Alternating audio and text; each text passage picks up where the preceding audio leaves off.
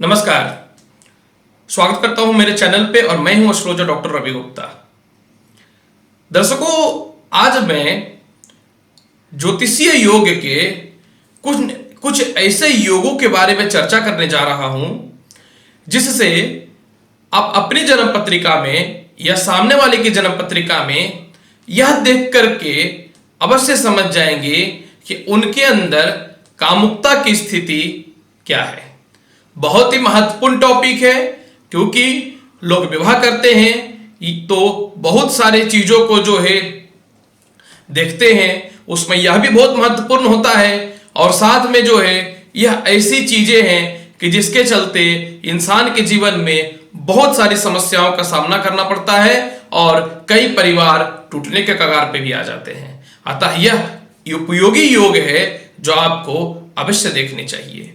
तो चलिए मैं बताता हूं कि ज्योतिषी के अंदर में कौन कौन से ऐसे योग होते हैं जो आपको बताएगा कि आपके अंदर या सामने के मतलब के अंदर कामुकता की स्थिति क्या है।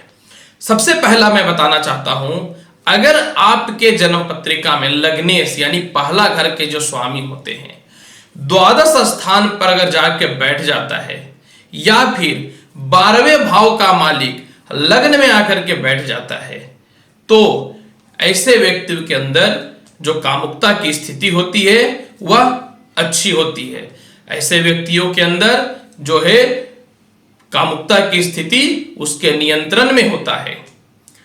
दूसरा, लग्न के स्वामी अगर सप्तम हाउस में बैठ जाते हैं या सप्तम हाउस के स्वामी लग्न में जाकर के बैठ जाते हैं या युति बना लेते हैं तो ऐसे व्यक्तियों को जीवन में विपरीत लिंगों के तरफ बहुत ज्यादा आकर्षण होता है। जी हां, अगर स्त्री है तो पुरुष और पुरुष है तो स्त्री, यानी एक दूसरे के विपरीत ही जो है लोगों का लगाव रहता है। हालांकि यह कामुकता की स्थिति से ज्यादा प्रेम की स्थिति को दिखाता है, यानी यह थोड़ा शुभ मान सकते हैं। तीसरा, होता क्या है कि शुक्र ग्रह जो है ज्योतिष के क्षेत्र में इसको रानी का दर्जा दिया गया है और मंगल ग्रह को पराक्रमी ग्रह यानी सेनापति शासक का दर्जा दिया गया है। अगर किसी के जन्म पत्रिका में मंगल और शुक्र केंद्र में अगर विराजमान होता है तो आपके अंदर कामुकता की स्थिति तो रहेगी, परंतु जो आपका पर्सनल लाइफ रहेगा वहीं तक आप निर्भर रहेंगे।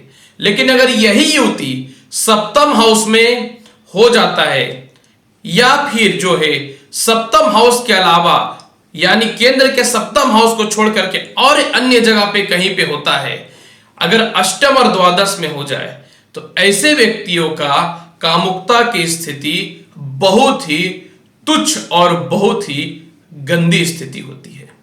ऐसे स्त्री हो या पुरुष हो, अन्य लोगों के अलावा यानी पत्नी पति के अलावा अन्य लोगों के अलावा बहुत सारे लोगों से ऐसे व्यक्तियों का शारीरिक संबंध बनता है।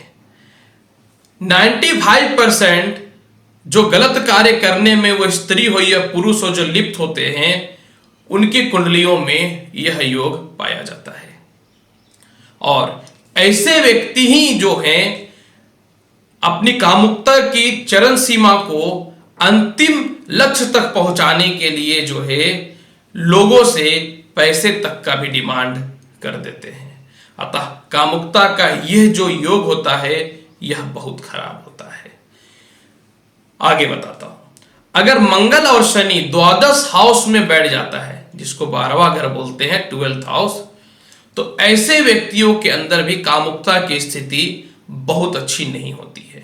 ऐसे व्यक्तियों का जो कामुकता में सोच जो होता है वह बहुत ही घिनौना होता है। अतः इस प्रकार की जन्म पत्रिका हो, स्त्री हो या पुरुष हो, तो आपको विवाह करने से पहले अवश्य देखनी चाहिए। आगे बताता हूं, अगर सप्तम हाउस का मालिक 6th हाउस में या 8th हाउस में बैठ जाता है तो ऐसे व्यक्तियों का कामुकता की स्थितियां सामान्य रहती हैं, लेकिन बहुत ज्यादा चांसेस होता है अपने जीवन साथी के अलावा अन्य लोगों से भी शारीरिक संबंध बनने का। ऐसे व्यक्तियों का जन्म पत्रिका में ही होता है कि विवाह से पहले भी शारीरिक संबंध कई लोगों से बनने की संभावनाएं हो जाती हैं। क्योंकि दर्शकों देखिए, सप्तम हाउस जो होता है काल पुरुष की कुंडली में यानी जन्म पत्रिका में जो होता है वह तुला राशि को रिप्रेजेंट करता है। और तुला राशि जो होते हैं इंसान के जीवन में, मनुष्य में वह स्त्री हो या पुरुष हो, सेक्स ऑर्गन को कंट्रोल करता है। यही कारण है कि शुक्र की स्थिति अगर जन्म पत्रिका में खराब होती है तो ऐसे व्यक्तियों का जो है कामुकता की स्थिति यानी सेक्सुअल लाइफ बहुत खराब होने के कगार पे रहता है। आगे बताता हूं, अगर चंद्रमा और शुक्र साथ में कहीं भी बैठ जाता है, चंद्रमा क्या है?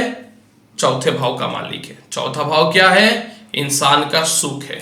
और शुक्र क्या है? सेक्स ऑर्गन का मालिक है। तो अगर चंद्रमा और शुक्र कहीं भी एक साथ विराजमान हो जाता है तो ऐसे व्यक्तियों के अंदर कामुकता की स्थिति भी बहुत ज्यादा होती है, क्योंकि चंद्रमा शरीर में जो है नियंत्रित करता है वाटर को और शुक्र जो है शरीर में वीर्य को नियंत्रित करता है। यही कारण है कि यह दोनों योग भी बहुत शुभ नहीं होते हैं। इस मामले में तुला राशि का मैं बताना चाहता हूं, तुला राशि का स्वामी शुक्र का और द्वादश हाउस का मालिक का भी यानी राशि परिवर्तन होता है, तो ऐसे व्यक्तियों का जो है सेक्स लाइफ बहुत अच्छा नहीं होता है। बहुत कामुकता के अंतिम चरण तक जाने के लिए ऐसे व्यक्ति कुछ भी कर सकते हैं। अब मैं बताता हूं कि अगर किसी व्यक्ति के जन्म पत्रिका में बहुत ही महत्वपूर्ण जानकारी है, यह समझ लीजिएगा, शुक्र और चंद्रमा साथ में विराजमान है, उसके साथ मंगल या राहु विराजमान है या फिर मंगल या राहु की दृष्टि पड़ रही है।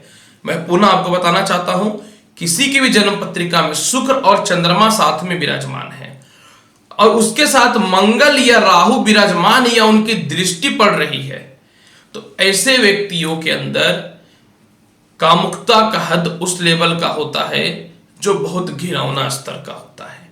अतः ऐसे व्यक्ति अपनी काम शक्ति को पूर्ण करने के लिए किसी भी हद तक जा सकते हैं, किसी से भी रिश्ता बना सकते हैं।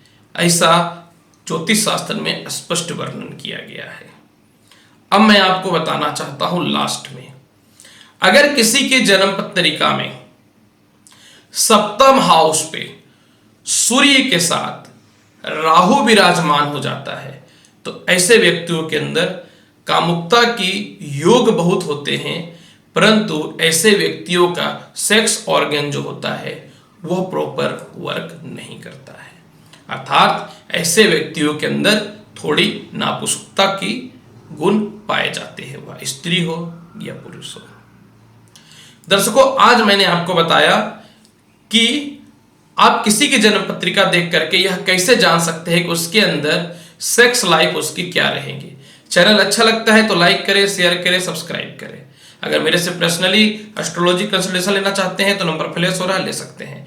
मिलूंगा नेक्स्ट एपिसोड में और अच्छी जानकारी के साथ, तब तक बने रहे मेरे चैनल के साथ। और मैं हूं एस्ट्रोलॉजर डॉक्टर रवि गुप्ता। नमस्कार।